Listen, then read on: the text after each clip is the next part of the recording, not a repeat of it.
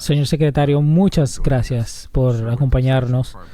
Estamos en el Departamento del Tesoro y el presidente dio una conferencia de prensa ayer en la sala al lado, donde anunció un nuevo régimen arancelario global. Lleva prometiendo eso durante 40 años realmente. No surgió de la nada, pero era claramente su intención desde el principio. Pero sí inquietó a mucha gente, incluyendo algunos de sus partidarios. Así que solo quería preguntarle en general, ¿a dónde cree que esto conduce? Bueno, Tucker, gracias por invitarme. Como usted dijo, el presidente ha estado hablando de esto durante 4 décadas. Y esto es transformador para la economía estadounidense, para el trabajador estadounidense y para la nueva alineación republicana. Es una combinación de ideas nuevas y antiguas. Algunas de las viejas ideas se desecharon y siempre le digo a todo el mundo, y nadie lo quiere oír, que el hombre original de aranceles fue Alexander Hamilton y utilizó aranceles para financiar la nueva nación y para proteger la industria estadounidense. El presidente Trump ha añadido una tercera pata a la mesa y la usa aranceles para negociar. Pero creo que esto no es diferente. Yo era un estudiante de primer año en la universidad cuando Ronald Reagan llegó al poder en el 1980 y fue un nuevo día en Estados Unidos. Y cuando hablo con la gente ahora y miran hacia atrás y recuerdan los años de Reagan con tanto cariño, pero recuerdo cómo era. Era turbulento, agitados. El presidente Reagan se mantuvo firme. Y miren, esto no es una invitación. Pero en un momento, a principios de los 80, un granjero se presentó con una escopeta a la Reserva Federal para atacar a Paul Walker por subir las tasas. Como dije, esto no es una invitación para que nadie actúe, pero fueron tiempos difíciles. Y luego, en 1984, el presidente Reagan ganó la reelección con 49 estados. Y creo que incluso dejaron a Minnesota solo para que no fuera un desastre. Pero eso es lo que el presidente Trump está haciendo ahora. Durante años, la clase media trabajadora estadounidense, la clase media ha sido destruida. Los estadounidenses han sufrido la consecuencia, han recibido el golpe y empezamos a ver las investigaciones ahora. Estamos viendo esas investigaciones de lo que se llamaba el shock de China de 2004 y ahora es que se está publicando y es lo que usted sabe y lo que yo sé, pero finalmente los académicos dicen, oh, Dios mío, los trabajadores estadounidenses nunca se recuperaron del shock de China. ¡Qué sorpresa! Y el presidente Trump lo presentía hace 40 años, pero durante la campaña electoral, desde el 2015 hasta el año pasado, les prometió a los trabajadores estadounidenses que el antiguo nivel de vida no podría volver.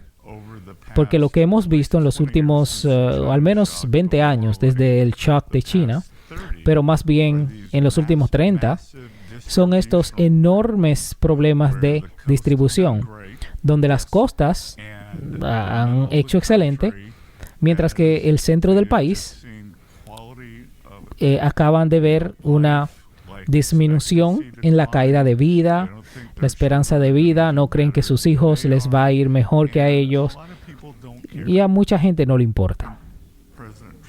Pero al presidente Trump le importa, a esta administración le importa y este es el primer paso para realinear eso. Muchos de nuestros socios comerciales, incluyendo algunos de nuestros aliados, no han sido buenos socios. Si los aranceles son tan malos, ¿por qué lo tienen? Buena pregunta. ¿Por qué lo tienen? ¿verdad? Y si el consumidor estadounidense va a pagar todos esos aranceles, bueno, ¿por qué le importan los aranceles? Porque ellos se lo comerán. Así que creo que este es el comienzo de un proceso. Vamos a reindustrializarnos y hemos llegado a una economía altamente financiada. Hemos dejado de fabricar cosas, especialmente muchas cosas que son relevantes para la seguridad nacional. Creo que uno de los pocos resultados positivos del COVID fue que tuvimos una prueba beta de cómo podría ser una guerra cinética con un gran adversario. Y resultó que estas cadenas de suministro altamente eficientes no eran estratégicamente seguras. Así que ya no fabricamos nuestros propios medicamentos, ni nuestros propios semiconductores, ni nuestros propios barcos. Así que si tuviera que preguntarme si salió algo bueno del COVID, algún resultado positivo, sería que despertó al mundo sobre los problemas de la cadena de suministro. La seguridad económica es seguridad nacional. El presidente Trump y yo hemos hablado mucho de eso. Y este es un problema de seguridad nacional que estamos viendo aquí, pero también es un problema de seguridad nacional. Y no quiero decir redistribuir, sino dar a los trabajadores estadounidenses aumentos salariales reales y mejorar sus vidas. Y he dicho durante la campaña que uno de mis lemas más frecuentes era que Wall Street ha hecho muy bien, puede seguir haciendo bien, pero es el turno de la gente común. Es el turno de la gente común. Y eso fue lo que vimos ayer, que es el turno de la gente común.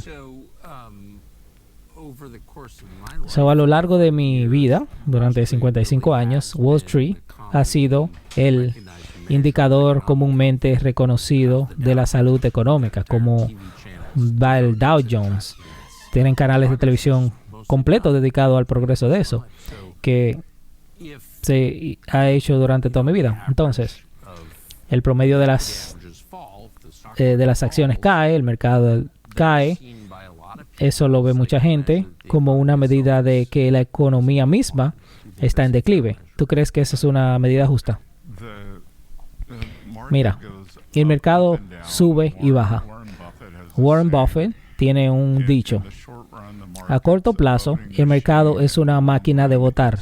A largo plazo, es una máquina de pesar. Y a la larga, influirá si tenemos buenas políticas o no.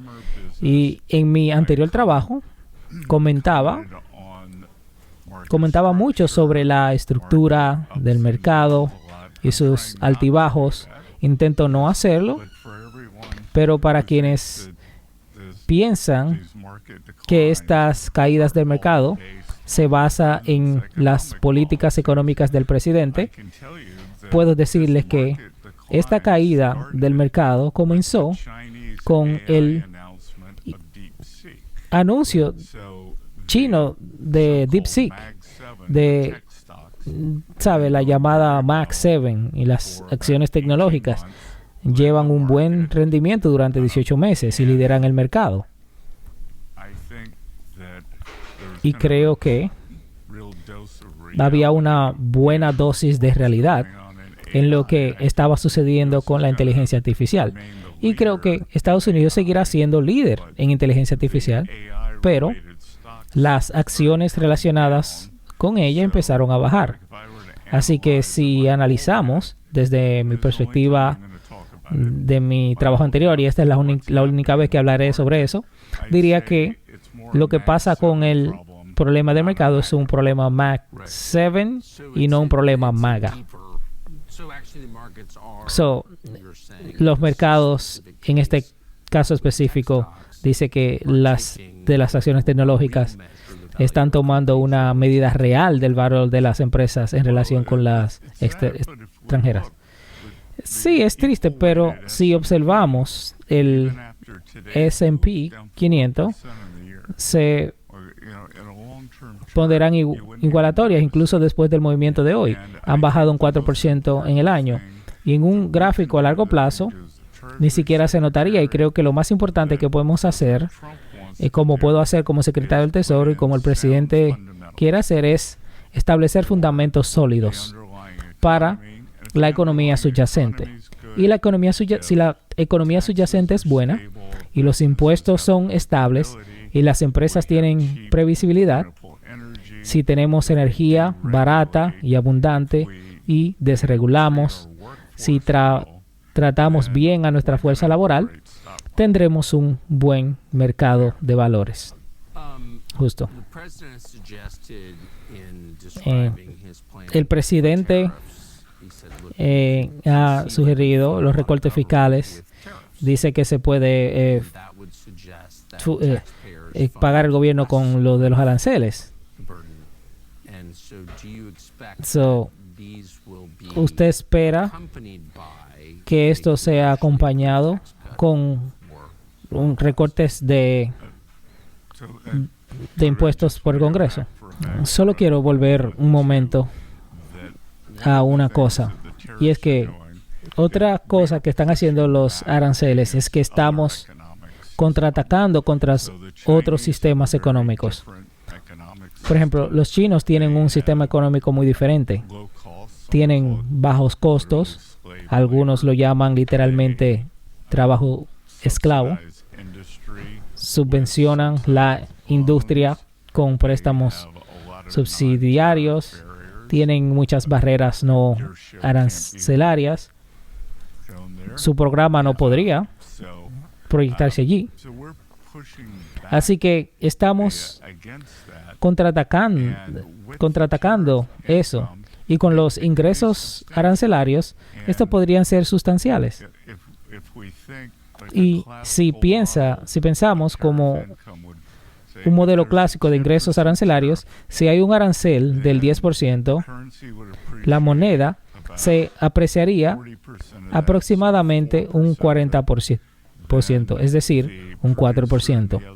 Entonces, el productor del otro país absorbería aproximadamente un 4%, y entonces el consumidor estadounidense podría tener un ajuste único del precio de 2%. Así que en un arancel de 10%, quizás el consumidor pague 2% de eso.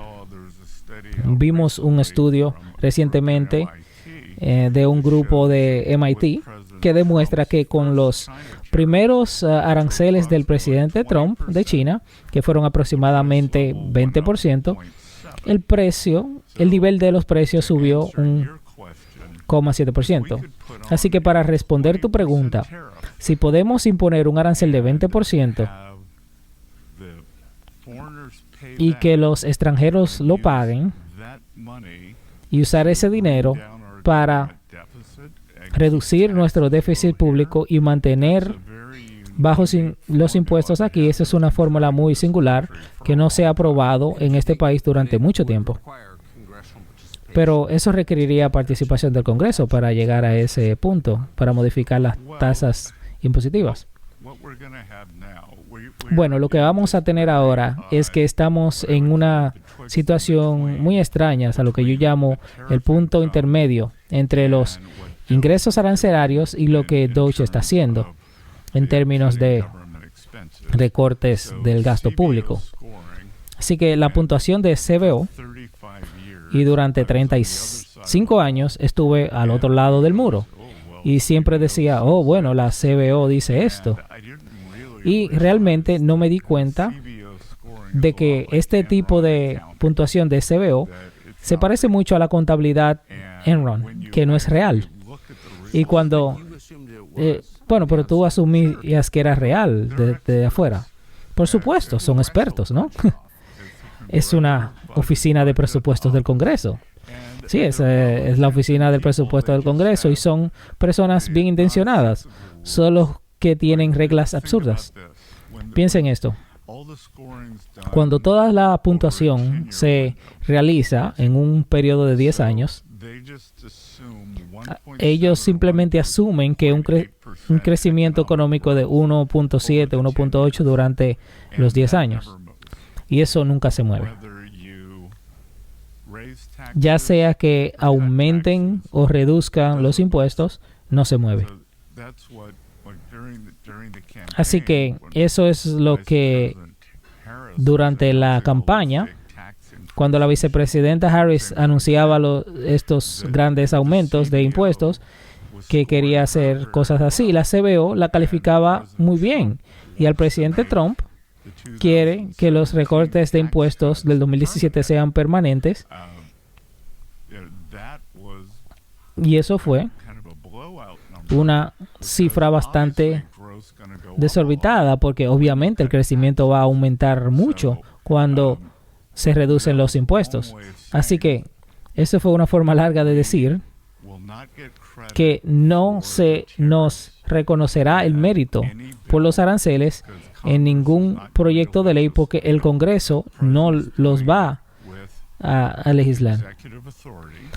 Pero el presidente lo está haciendo con la autoridad ejecutiva. Pero el dinero llegará. Ya hemos ingresado varios cientos de miles de millones de dólares en aranceles de China desde su primer mandato. Hemos recaudado unos 35 mil millones de dólares solo con los aranceles antiguos y no los nuevos.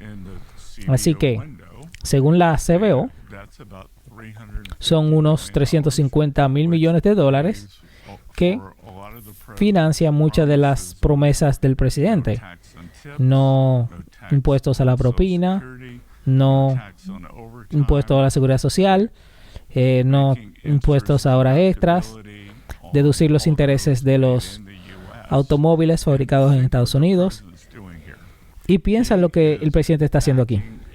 Está apostando por una solución de asequibilidad para el 50% más pobre de los estadounidenses, porque ellos son quienes se beneficiarían de estos programas. Mirando hacia un año, digamos dentro de principios de abril el año que viene, ¿tienes cuánto dinero los Estados Unidos podrían ganar con aranceles? ¿Tiene alguna idea? Bueno, va a ser algo que se mueve, pero podría estar entre 300,000 a 600,000 al año. Claro.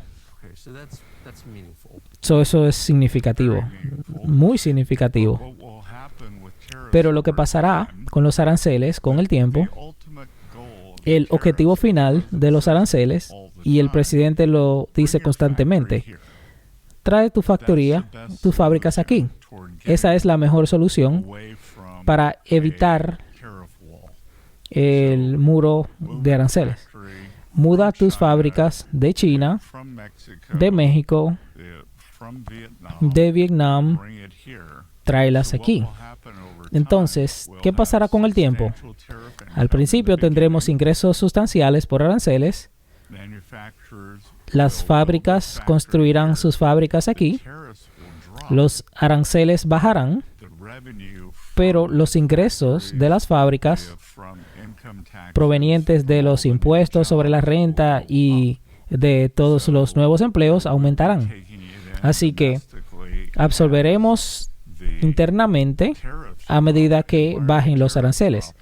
¿Y por qué bajan los aranceles? Porque estamos generando ingresos aquí y nuestros déficits comerciales disminuyen. Obviamente han pensado en esto. ¿Usted cree que los Estados Unidos tienen la mano de obra necesaria para esta transición? Yo creo que sí. Creo que con la inteligencia artificial, la automatización y la construcción de tantas fábricas nuevas e inteligentes, tendremos creo que tenemos toda la fuerza laboral que necesitamos. Y lo que estamos haciendo, por otro lado, y una de mi apoyo, otro de mi apoyo para el presidente Trump, que salí de mi escritorio, yo tenía una vida agradable y quería venir a ayudar, y es porque quería expresar mi preocupación por la inminente calamidad financiera, dado los altos niveles de gastos públicos que generaban una deuda pública elevada. Por un lado, el presidente está reorganizando el comercio, y por otro lado, estamos eliminando el exceso de la mano de obra en el gobierno federal y reduciendo los préstamos federales. Y por otro lado, eso nos proporcionará la mano de obra que necesitamos para la nueva manufactura, y vamos a reactivar el sector privado. Así que, en esencia, el sector privado ha estado en recesión durante la era de Biden. Y esta es una oportunidad para redimensionar al gobierno federal y liberar de nuevo al sector privado, porque ha sido limitado por una regulación excesiva y ha sido desplazado por el gobierno. ¿Alguna vez piensas, ya que tu trabajo es predecir los efectos de estas políticas, de que probablemente tengamos 1 de cada 6 personas en este país es ilegal, tal vez 50 millones de inmigrantes ilegales sin permiso, y el presidente ha dicho que quiere deportarlos? Y luego la inteligencia artificial y las proyecciones indican una disrupción masiva del mercado laboral, como la necesidad de mano de obra de personas, como lo mencionaste hace un minuto. Luego, los aranceles, y supongamos que eso tiene su efecto, pero no lo sabemos porque nunca lo hemos hecho. Y luego está la reacción del resto del mundo de esos términos. Hay tantos factores enormes que son prácticamente desconocidos, son cajas negras realmente. ¿Alguna vez has pensado, wow, es difícil saber lo que va a pasar? Mira, sí lo es. Y siempre pienso que nunca se puede estar 100% seguro, pero se puede tener en cuenta, se puede quedarse dentro de las barreras de seguridad y seguir adelante. Recuerdo en uno de los programas de televisión del domingo que estaba, el comentador me preguntó, ¿puedes garantizar que no habrá una recesión? Y yo respondí, yo no puedo garantizarte nada. No hay nada que me diga o que indique que debería haber una. Así que creo que esto va a funcionar tal y como el presidente Reagan creía que funcionaría la economía de la oferta. Pero lo que sí sé es que el viejo sistema no funcionaba. Eso es cierto. Y si ves un sistema que no funciona, tienes que ser valiente para cambiarlo. Entonces, ¿qué no funcionaba? Había sido realmente divertido para mí llegar y seguir emitiendo mucha deuda.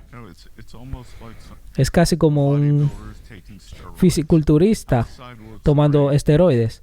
Por fuera se ve genial, eres musculoso, por dentro estás destruyendo tus órganos vitales. Y eso es lo que estaba pasando aquí. Hubiera sido fácil seguir impulsando la economía, pidiendo prestado mucho dinero y creando muchos empleos públicos. No había controversia cuando hacíamos todo eso, pero íbamos a terminar en una calamidad. Si miramos atrás y observamos la crisis financiera del 2007-2008, la economía lucía excelente hasta entonces. Si miramos atrás a finales de la burbuja del dot-com y luego todo el problema crediticio y el fraude de dot-com, la economía lucía genial hasta que no. Así que una de las cosas por las que no recibiremos crédito, pero que esta administración habrá hecho, es evitar una calamidad financiera. Piénsalo. Habían hecho un análisis que una de las razones por las que ocurrió el 9/11 es porque las aerolíneas no querían pagar por el refuerzo de las puertas. Siguieron presionando, pero la FAA no presionó lo suficiente. Y ahora tenemos las puertas de refuerzo. Así es que lo veo. Estamos poniendo las puertas de refuerzo antes del choque. Ok, bueno, esta es la primera parte de esta enorme entrevista de el secretario de Tesoro Scott Bessent. Como pueden ver, esta entrevista es de casi una hora. Quería dejarle la primera parte para ver qué ustedes piensan, y si quiere que continúe, pues lo haremos en otro video. Pero mientras tanto, extremadamente interesante. Scott Bessent es un hombre muy inteligente, como pueden ver, y claro que tienen un plan. Nos están tratando de salvar de una calamidad financiera. Y esperemos que funcione. Así que si te gustó este video, suscríbete para más. Yo lo veré hasta aquí. Se despide su amigo hermano Rudy López. Bye.